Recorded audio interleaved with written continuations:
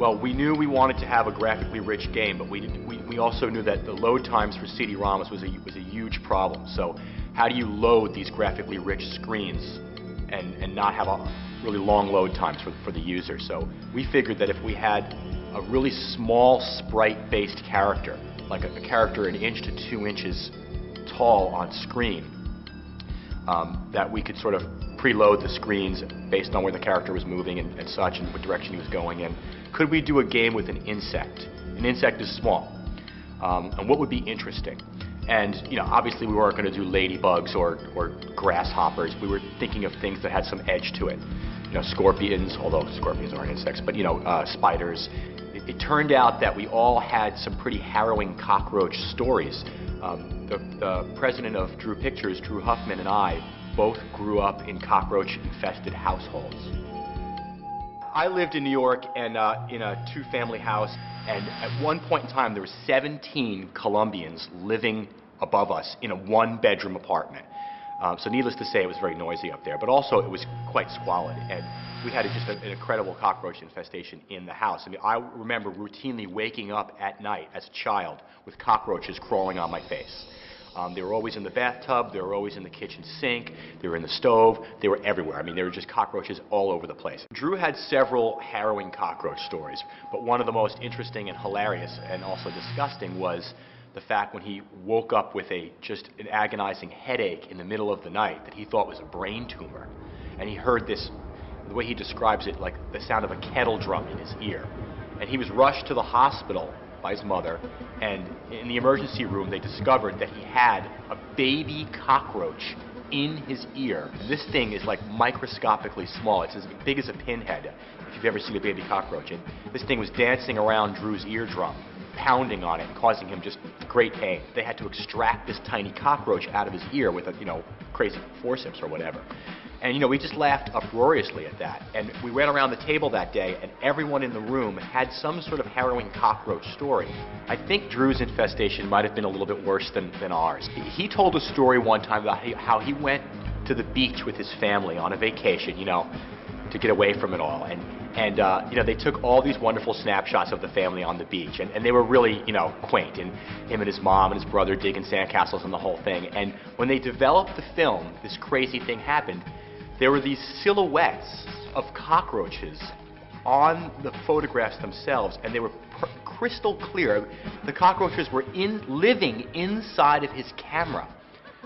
And every single picture had these silhouettes of cockroaches, sort of bordering these shots of like kids with their arms around each other and laughing and grinning. They've got like popsicles in their hands. Really, I don't think people would even believe it if you put that in a movie. And we began to think, what? All people have had encounters with cockroaches. We realized it was like this universal thing, and it did have the edge we were looking for. It did allow us to use the sort of small sprite kind of thing. And also there were these great urban myths that were circulating then, and I guess still now. After the nuclear holocaust, the only creatures that would survive would be cockroaches, and cockroaches will outlive us all, and there are these miracles of evolution. And we did some research into that. I talked to entomologists at Purdue University who specialize in cockroach abatement, the people up at S.C. Johnson Wax up in Racine, Wisconsin, which make the Raid, the roach spray Raid. You got to respect these animals. They can take a lot. They're incredibly resilient, and I think that they're gross, but they're also kind of majestic in a way. Do not fear me, little one. Remember those Raid commercials with those little cartoony roaches, and they're giggling and laughing and doing all that kind of crazy stuff? I mean, the game was originally going to be this funny thing. The game was about kind of being gross, and it was meant to be sort of a parody. And they were going to have characterizations and funny voices, and they were going to like just crawl on your toothbrush and gross you out, and they were going to. In a way, it was almost going to be like roaches getting back at man kind of thing. When Vin and I got involved in it, we took a different approach. We were both big fans of David Lynch, and I think Blue Velvet had just come out, or it was right around that time, and we wanted to make it weird. So we tried to make it dark and creepy, and our overall vibe was, when in doubt, make it strange. We didn't want this to be a typical game. We always wanted to make a game that was a little bit more mature, and that conveyed something a little bit more literate than just, killing dragons or smoting monsters or whatever. We're both inspired by Kafka's Metamorphosis, about this guy that through some mysterious circumstance gets changed or transformed into a cockroach. We wanted there to be some sort of classic backstory to the whole game. We tied the cockroach to a guy who gets turned into a cockroach. And because of that, we wanted to know why. Why was he turned into a cockroach? What were what's the point of this whole thing? And ultimately, we referred to Joseph Campbell and a hero at the Thousand Faces and put him on a quest. One of the classic hero's quests is the son's search for the father. He doesn't understand who he is, where he comes from, or how he got the way he was until he turns into a cockroach. As a cockroach, he gets to look at things from a point of view he couldn't look at it from before.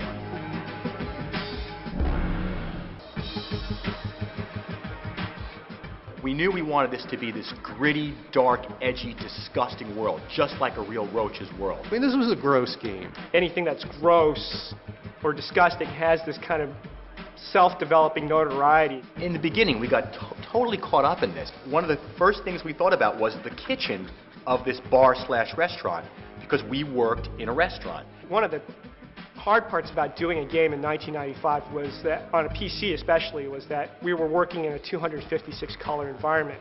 We wanted it to be hyper-realistic. We wanted it to be exactly like you were a cockroach. The stainless steel countertops and the tile floor and all this spilled grease and bacon and all these things that we had seen cockroaches crawling on when we were busboys in this restaurant. We tried doing everything in the 3D applications, and we were discovering that, well, at the time, 3D applications were a lot more primitive than they are now.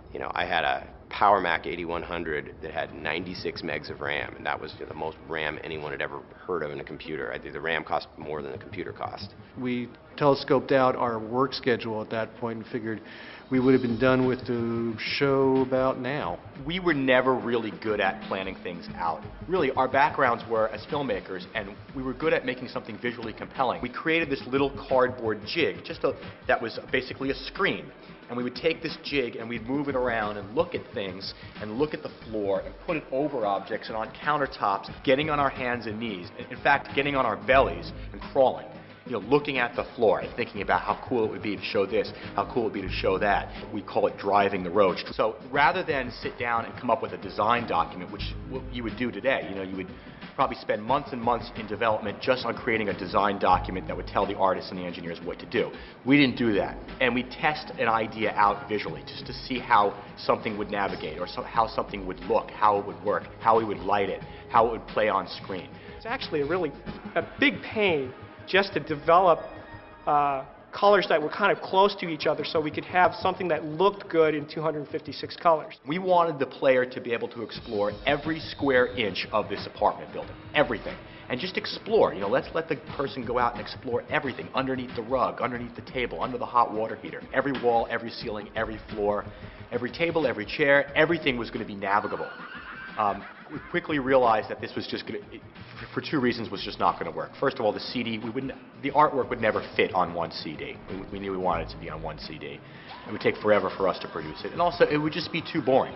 Navigating across a giant cinder block wall sucks. It's not fun. Vinny and I were looking at the notes that we had early on. We had health meters, and we had inventory, and you were going to hook up with other roaches and breed, and there was a lot of asset or resource management in the game.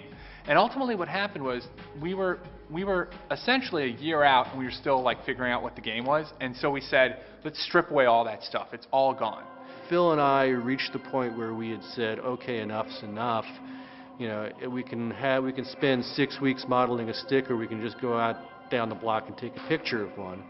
And that's where the infusion between the 3D and the photographic stuff started developing. This was high concept.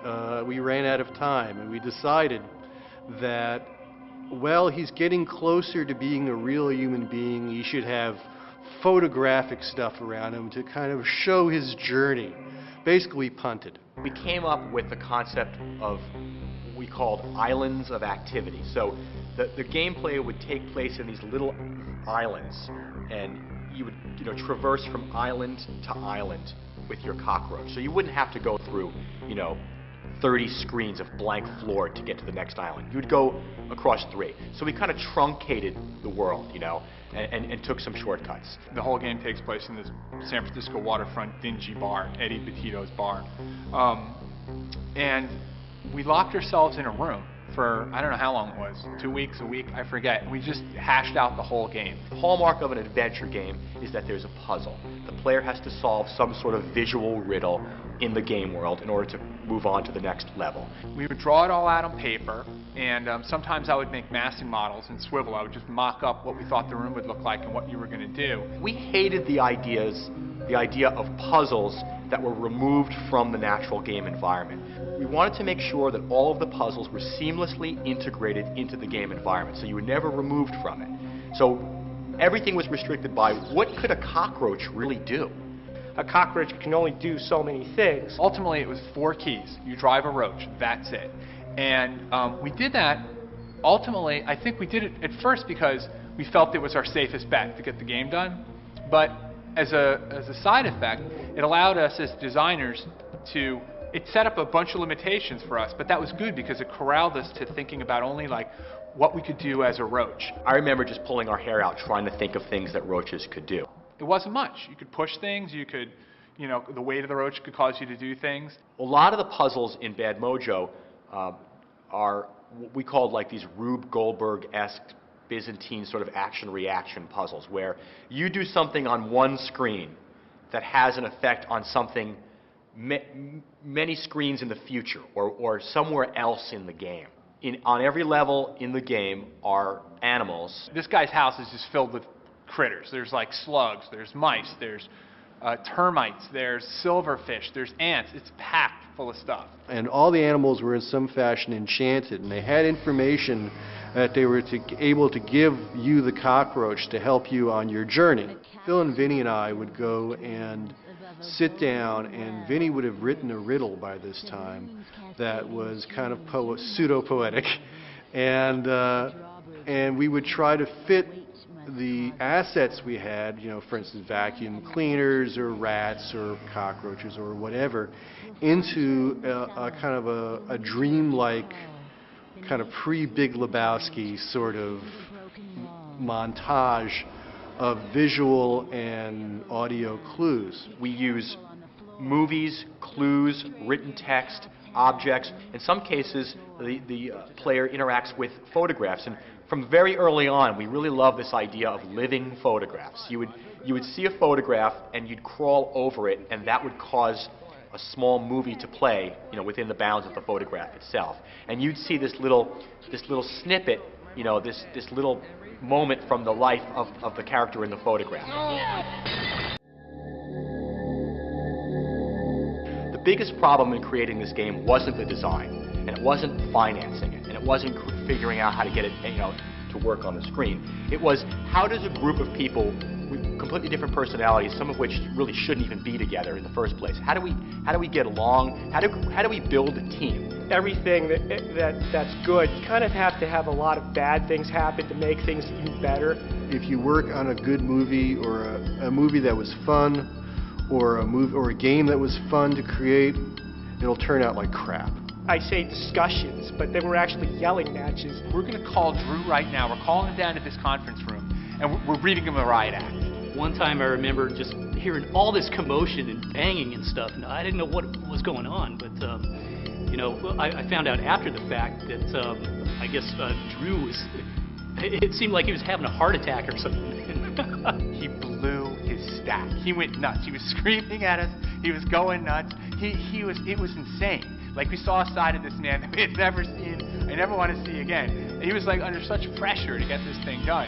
And afterwards, Vinny and I were just like, oh my God, what did we do? December 6th, 1994. Things are beginning to slip. After more than 10 months have been spent planning and producing this project. 10 months.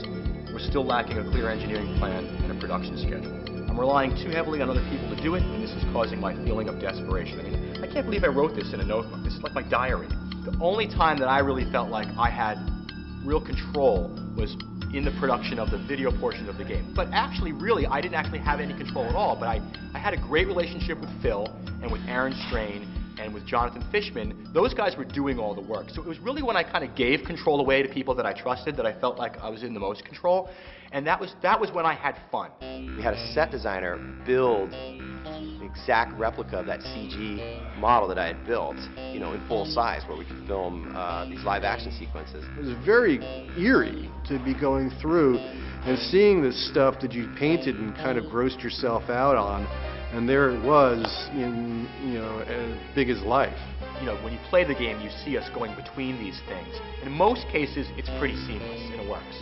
We had these off-angle shots, which were kind of Moses goes to the mountaintop shot, which would tell you where you were in the game. We spent a lot of time taking the textures that we had just created, you know, faux tabletops, 50s matchbooks, bills, eviction notices, and translating them from the game into real tangible objects that the actors could manipulate or act around and things like that.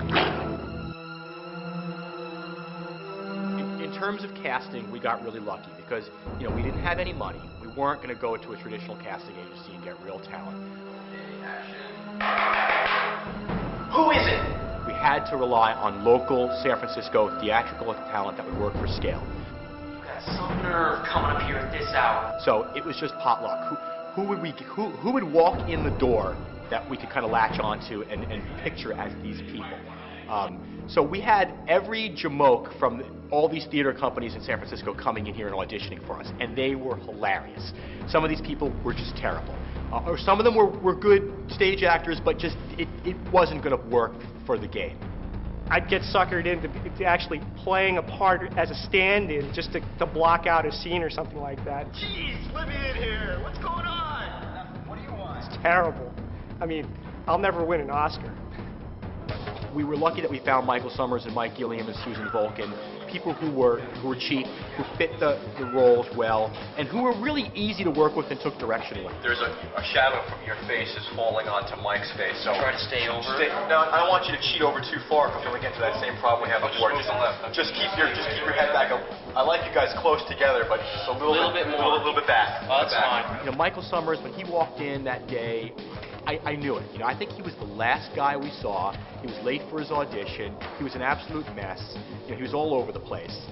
Who is it? And he had this just beautiful. We fell in love with him physically.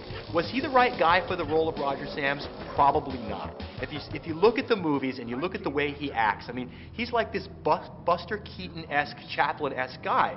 He's a lot like Jim Carrey, you know, and he bills himself that way. He's a physical, comedic type actor. He's long, he's lanky, he's got these just vivid facial expressions, and when he acts, that's how he acts. His body acts. He moves all over the place. His eyes bug out of his head. His arms, his hands, his shoulders, every part of his body is involved in every one of his scenes. And when you look at the opening movie, we were looking at it last night, we were just laughing hysterically.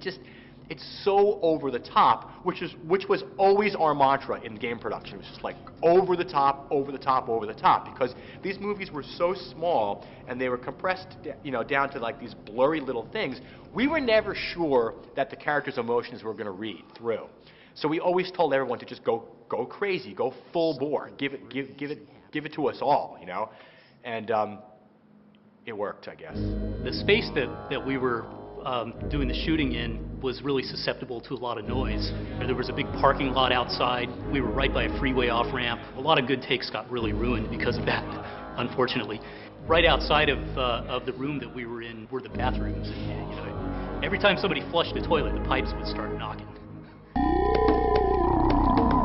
At first, we collected animals on our own. I remember a very early experiment we did with spiders on the blue screen. We found some spiders, brought them into the studio, put them on the blue screen, and I remember the first spider vaporized instantly under the lights. It was just gone in a puff of smoke. You know, so we had to adjust the lights and figure that out. And we had like a little piece of glass, and the spider was crawling on the glass. That was not going to work. Filming spiders was just not going to work. If we're going to make a game about cockroaches, we needed to know what cockroaches look like, how they behaved, what they did, and so we had all kinds of, we had a little zoo at the office. The first place we got animals was the South Carolina Biological Supply Company, which is this, you know, wonderful catalog and website where you can buy things for the classroom. And in that catalog was something that just made our eyes light up. There was the cockroach kit.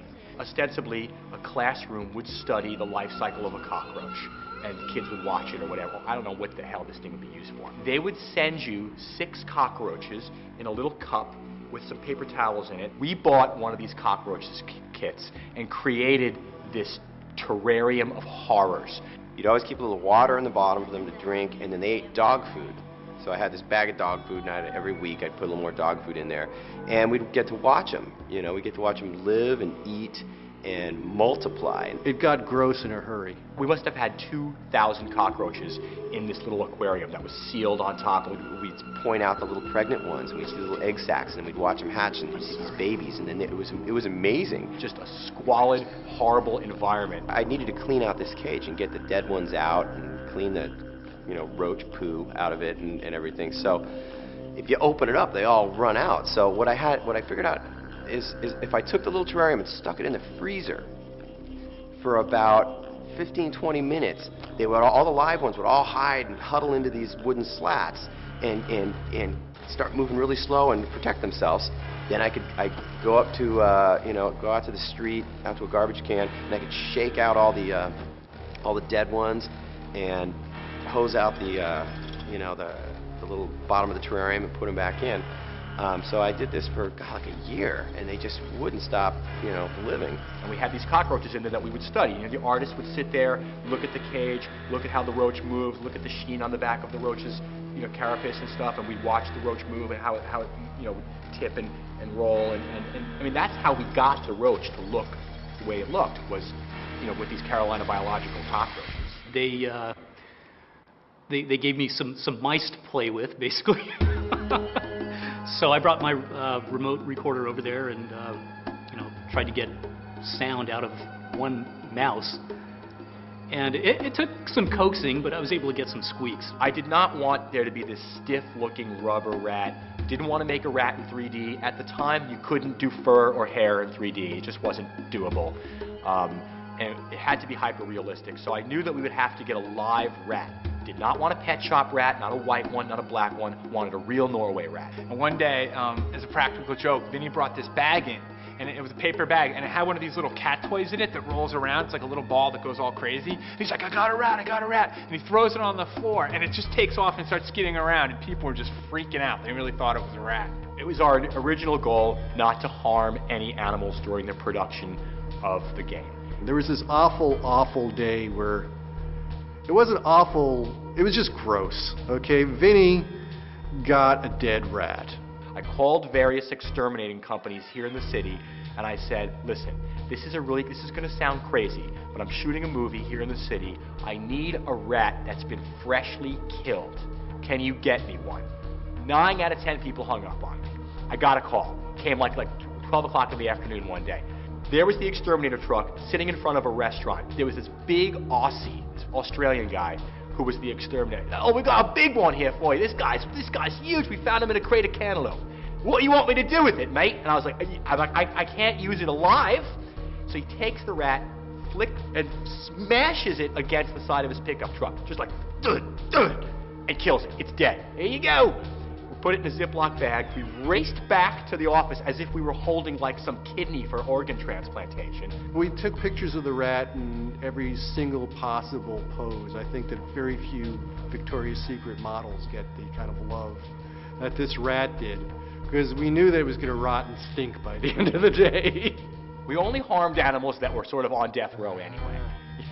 I mean, we went to a fish market in Chinatown in San Francisco for the catfish. And, if you've ever been to one of these places, there are all these squalid tanks where there are like soft-shelled turtles and various types of fish and delicacies. And in one tank was just a big tank full of catfish. And I remember saying, I need 2 catfish. The guy didn't speak English. We were communicating with hand gestures. And I was like, no, alive. Because they were going to kill them right there for us. I said, no, I want them alive. You want them alive? So yeah, they had some conference behind the counter as to whether or not they can give us live catfish, and they finally agreed to give us live catfish. We put them in a bag, brought them home, and I wound up beheading and gutting the fish myself, which we have on video, I believe. But those catfish were going to be killed right there in an awful way by that Chinese butcher. So I don't really feel bad about killing the catfish. It wasn't like was no chance of there being a born free moment here. So we had a cat trainer come in, and she brought 3 cats with her in cages, and we would evaluate the cats that day to find out which cat was behaving, you know, well enough to actually work that day, because they get all moody, they're insane, they're cats. And they don't feed these things, you know, the day before the shoot, and they perform based on reward. You know, they love to smoke these little chunks of smoked turkey, and that's how they do their little things. And, you know, it was a huge deal. We paid more attention to this cat and the various issues revolving around this cat than any other, like, talent-related issue. You know, we had to have, there was a huge debate as to whether or not we needed cat insurance. That's a very hairy cat. From that day onward, any boondoggle-esque ridiculous issue was referred to as the cat insurance issue. Like, if anyone went down some ridiculous trail, we were like, hey, man, that's just cat insurance.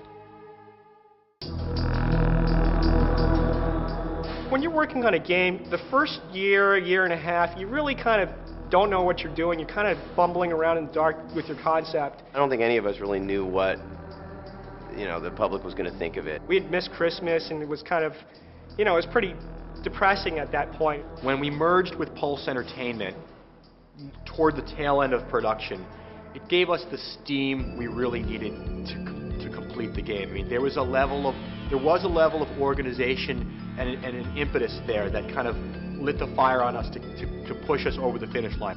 When we finally shipped the game in January, that was like the greatest thing, because I'd just gotten physical like a couple of months ago, and my blood pressure was like extraordinarily high. So we went on the road to demo and promote Bad Mojo. Whenever we would go to trade shows, we'd take like a jar of roaches with us. We had a pickle jar with 2 Madagascar hissing cockroaches in it. And these things, you know, they're gigantic. They're like this big, and they hiss, and they're pretty ugly.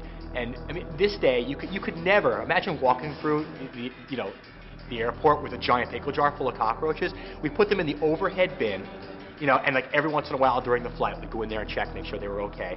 It would repel people. Some people would just see it and they would run away in fear, but it would draw other people in. It was a great conversation piece.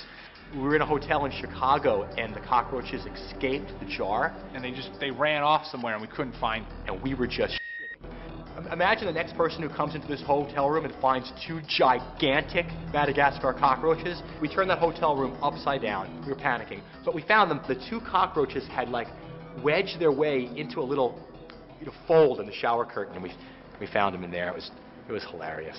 You know, when we first started out, I couldn't see this thing winning an award, because I was like, oh my God, you know, in the thick of it, it was like really dark, and I couldn't see my way out of the tunnel. The game sold a lot of copies, I believe over 1 million copies. I couldn't believe how many awards we actually won. We got a lot of Envision awards for the writing, for the art direction. I mean, it was just a fabulous looking game in 1995 with 8-bit color. I mean, it was just incredible. And we were on TV, that was really cool.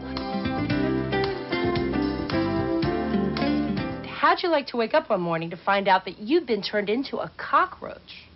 Something crazy happened when I looked at that necklace. That's what happens to Roger Sams in Pulse Entertainment's Bad Mojo, priced at $59.95. You play the nasty character at the heart of this grotesque but engrossing new computer game. And this is also you, the roach Roger's turned into. You'll be living life as a cockroach until you figure out a way to change yourself back into a man. Maybe you like the cockroach idea, okay? Which is fine. We won't think bad of you if you do. Very funky, very addictive, not for the squeamish. The people in charge of the company gave us freedom to do, you know, whatever we want, and I think it shows in the end product of the game. You don't see a lot of games like that anymore. You know, there's a real formula to games now. There are these first-person shooters, there are these fighting games, these RPGs, but you just don't see anything that sort of out there and bizarre. And I mean, I can compare it to like an independent film or something like that. That's kind of what it reminds me of. It's like sort of the Being John Malkovich. We're actually in the Macworld Game Hall of Fame. We won an MVP award from PC Magazine. We developed a French and a German version, as well as Japanese version. So we would go into this recording studio, and we'd actually look at these actors and direct them to do basically the same video with Roger and Eddie. And it was just hilarious to hear them speaking in long German words in a movie that we'd seen 1,000 times. The sync is kind of there, kind of not. You know, you can't look at a Caucasian person speaking Japanese and think, wow, this is great stuff. Wasn't rocket science, okay? It was just us having fun when we were working 12-hour days and we were totally burnt out and goofy. It was a close-knit bunch. I mean, we all had our roles, and they were very defined, you know. I think one of the greatest things about doing this game was all the relationships I developed. Thinking back on the whole production environment, it's a fun time that I you know, you don't run into a group like that very often, you know. And in my work later, you know, I haven't been that close with other people that I've worked with. It was a really cool, you know, old warehouse building that we worked in San Francisco with, you know, old friends that I'd known for a long time. Working with Drew and Phil and Vinny was like the best opportunity I could have. At the end of the game, I had this terrarium where it must have had like hundreds of thousands of roaches. I mean, it was pretty big. Started with 12, and it was sort of, I didn't really know what to do with it. It was like, God, you know, if I took this thing and just opened it up in the basement of some building, I could, you know, condemn a friggin' building, you know? So, didn't want to do that. So what I ended up doing was what we call the roach genocide. I took an entire can of Raid and just sprayed the entire can of Raid into this terrarium and then just duct taped the whole thing closed and stuck it in a dumpster. And what else are you going to do with, you know, 100,000 cockroaches? I would really like to actually work on another game, like another version of Bad Mojo, and just kind of bring the band back together.